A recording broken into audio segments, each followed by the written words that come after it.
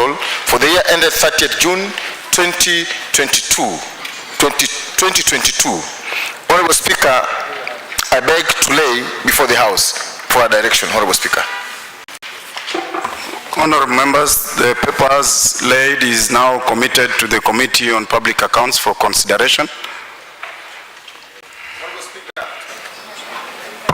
On the same, pursuant to Article 227, I beg to lay the following paper on the table of this Assembly today, Thursday, 13 February 2025. The report of the Auditor General on Kayolo 2 Level 4 Hospital for the year ended 30th June 2023. Under your guidance, Honorable Speaker. The guidance, the papers laid is committed to the Public Accounts. Order number 6, notices of motion. Order number 7, statements. Honorable Rex Omole. Honorable Rex Omole.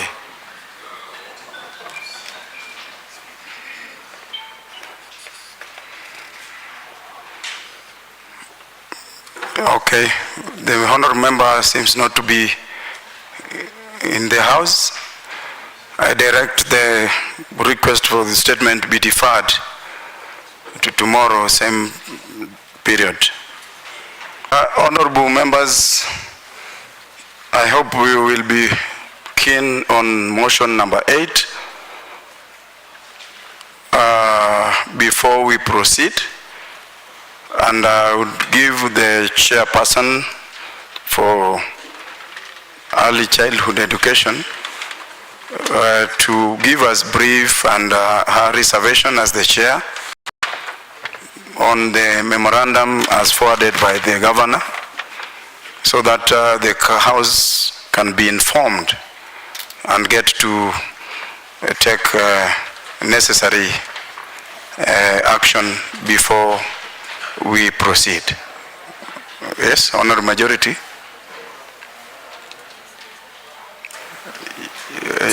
Kindly, Chairperson, can you consult with the Leader of Majority? He seems to have some reservations.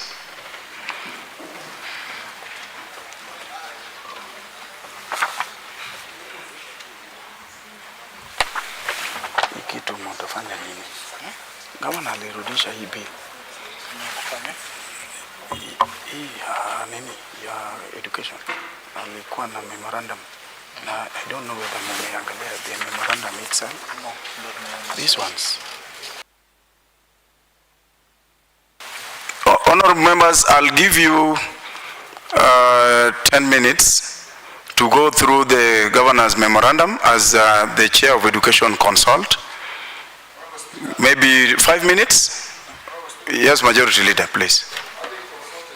Maybe she has something to say before we proceed into looking at the memorandum with your indulgence, Honorable Speaker. Come again, Honorable Majority Leader. Honorable Speaker, I've just consulted my able chair for education, and she has something to put across this House, but on your indulgence, Honorable Speaker. Honorable Speaker, thank you, Honorable Speaker, for giving me this opportunity. Having consulted the leadership, I would request the entire Assembly to take your time and read this document, because it's an important document for the education sector, and would like to defer the same. You give us time until next week, Tuesday.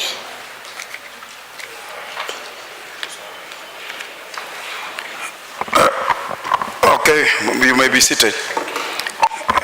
Honorable members, just to guide the House, this is a bill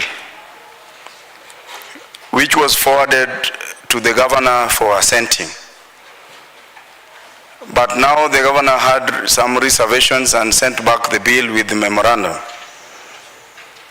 And I'll have now the opportunity to take you through the standing order 149 on assenting to the bills before the House decide on which direction to take. The Speaker shall within 14 days forward a bill passed by the County Assembly to the Governor. 2, The governor shall within 14 days after receipt of the bill assent to the bill, or Roman B, refer bill back to the county assembly with memorandum containing reasons for referral. So that is the stage where we are. We are at 149B, whereby the governor referred the bill with memorandum outlining reasons for the referral. And I'm very sure maybe members have not gone through the concerns of the governor. 3, if the governor refers a bill back to the county assembly, the county assembly may, following the appropriate procedures under this section, A, amend bills taking into account the issues raised by the governor, and that's why we are having the committee of the whole house. 2, pass the bill without amendments. Those are the only options. Either amend the bill taking into account the issues raised by the governor, or pass the bill without amendments. 4, if the county assembly amends the bill taking into consideration the issues raised by the governor, the speaker shall within 14 days submit the bill to the governor to assent. 5, if the county assembly passes the bill a second time without amendments or with amendments which do not accommodate the governor's concerns by a vote supported by 2/3 of members of the county assembly, that is a total number of 84 members, the speaker shall within 7 days resubmit the bill to the governor, and the governor shall within 7 days assent to the bill. 6, if the governor does not assent to a bill or refer it back within the period referred to under this section, the bill shall be taken to have been assented to the expiry of that period. Honorable members, I now give the floor to the chair of Education Committee, maybe to share with us her reservations.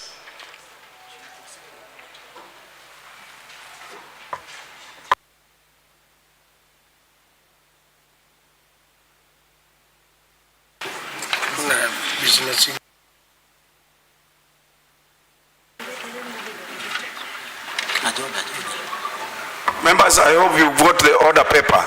The memorandum of the governor is on the third page, from the third page.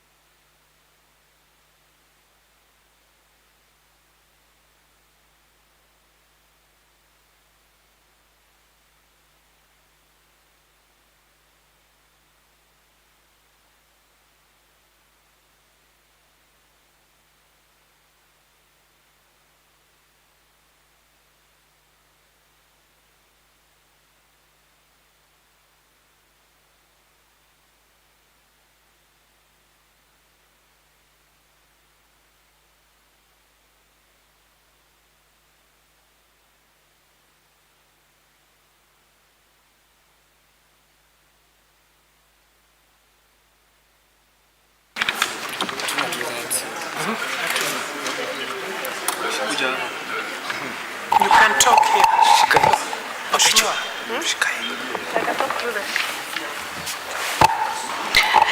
Thank you, Honorable Speaker. As earlier as indicated, I would really appreciate if the whole House goes through this document, give them sufficient time because it's an important document, and we defer this to next week on Tuesday. Thank you.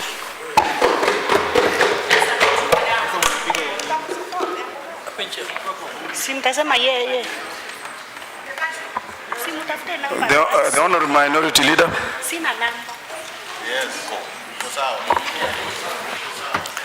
Thank you, Honorable Chair. I think I want to echo what the Chair of this committee is saying. I believe that if we proceed the way it is, I think this is an ambush. We will need time to digest, to look at, and maybe even get the bill again to members. We cannot remember. Honorable Speaker, we are coming from a very long holiday. And some of these issues, with the workload that we have, it is not easy to remember the clauses as detailed in it. For example, if you go to the governor's document that states clause 45, that clause 45 of the bill be amended as follows. 1, in sub-clause 1 by deleting blah, blah, blah. How do we remember sub-clause 1? Honorable Speaker, I think we need time so that the committee comes up with a report and shares with the members outside here so that we can have a meaningful input and have a very lively debate. Now that this is 2025, and as this House we have decided that we are not just going to be saying A and nay. We are going to put our time and our intellect and our experience in everything that comes before us. So I want to second what the Chair is saying. Honorable Emmy.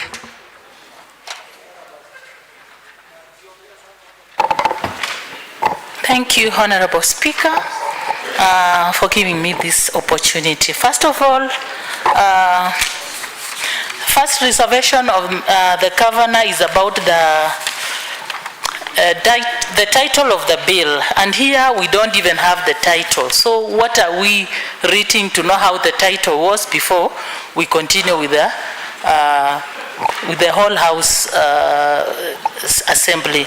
Secondly, as the Chair had said, we need time to go through the whole process and see what was being removed to see the original that was there before we debate on it. Thank you, Honorable Speaker. Honorable Deputy Speaker, please. Thank you, Honorable Speaker. I totally agree with the chairperson of the Education Committee. Speaker, as one who had the responsibility of sitting in front of this assembly, Honorable Speaker, I've just seen what I was supposed to read here. Honorable Speaker, I don't know what was expected into me as just to read and tell this assembly, as many as of that opinion say ayes. And I also don't know what I was supposed to tell them. So I totally agree with the Honorable Chair that we are supposed to be given time to go through and know what is supposed to be amended and what is not supposed to be amended. So, Honorable Speaker, I support the deferment of this motion to another time. Thank you. Yes, Majority Leader, please. It's paramount for us to put this into context that standing order number 149, I quote verbatimly so that the Hansard can have it, that the Speaker shall within 14 days forward the bill passed by the County Assembly to the Governor. The Governor shall within 14 days after the receipt of the bill either assent to the bill or refer the bill back to the County Assembly with a memorandum outlining reasons for the referral. If the Governor refers a bill back to the County Assembly may, the words may, following the appropriate procedure under this section, may not shall. 1, amend the bill taking into account the issues raised by the governor, or pass the bill without an amendment. 4, if the county assembly amends the bill taking into consideration the issues raised by the governor, the speaker shall within 14 days submit the bill to the governor for assent. 5, if the county assembly passes the bill a second time without amendment or with amendments which do not accommodate the governor's concerns by a vote supported by 2/3 of the members of the county assembly, the speaker shall within 7 days submit the bill to the governor, and the governor shall within 7 days assent to the bill. Number 6, the governor does not assent the bill or refer it back within the period referred to under this section, the bill shall be taken to have been assented to into the expiry of that period. Honorable Speaker, the gist of my reading of this standing order, maybe Wakilis in the House, Ogeto, Katile and the rest, can I understand that this standing order is in a way does not describe at what point are we on timelines to consider. There's only on timelines on return and timelines on exit. But in terms of when it's before the House or before a committee, it has no timelines. Therefore, as leader of government business, allow me to make an undertaking that I'm going to call the stakeholders in the government side to understand the gist of the amendments the governor forwarded before us, then revert back to the committee so that we put appropriate day to consider this particular amendment, Honorable Speaker. I beg to support the Speaker's, the chairperson's assertion that we defer it to a later date so that we have proper consultation even within ourselves as government. Thank you, Honorable Speaker. Yes, Engineer Heho, the last one.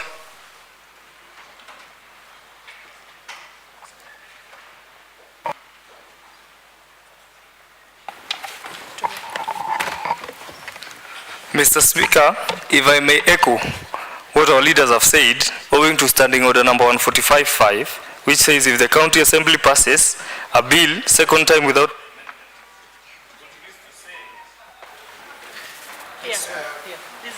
Sorry. Then it continues to say that or with amendments which do not accommodate the governor's concern by a vote supported by 2/3 of the members. Owing to the reservations that were brought forward in the Education Committee, Mr. Speaker, it seems we cannot even have the magic number of 84 members. I think to assent to this, I don't think we have reached the 2/3 threshold. And number 2, Mr. Speaker, in that even in the House we don't have any water to drink, I don't think it will be safe to corner members into a long debate without sufficient supply of water. Thank you. Thank you. Honorable members, is that the feeling of the House that this bill needs to be deferred? Yes. Okay. On your resolution, Honorable Member, I'm guided, and I direct the Chair of Education Committee to arrange for all members Kamkunji so that you may get their feeling, and maybe let it be like public participation within the members of the Assembly. Honorable Chair, you're getting me? Let it not be confined to the Education Committee alone. Let it be wholesomely for the entire House so that there is concurrence and understanding among all the members. So that when you come, then now you are able to decide whether to defeat the motion or to approve the motion. I think that will go along well with the feeling of the members on this bill. That one, I don't know whether the committee of the whole, honorable members, I don't know whether the committee of the education committee has the money to fund the committee of the whole House. I don't know, but I leave that to you, Chair. Yeah, if you can mobilize resources, then you can take members to Naivasha.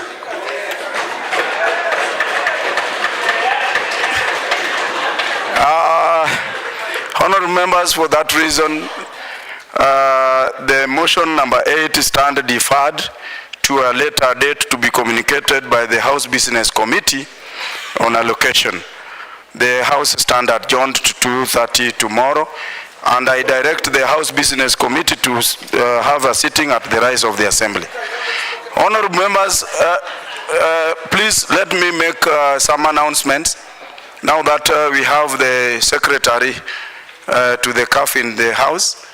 I've just remembered that we are supposed to have AGM at KICC tomorrow. Is that correct, Honorable Chege? So, honorable members, we will be at KICC. What time? From 8:30.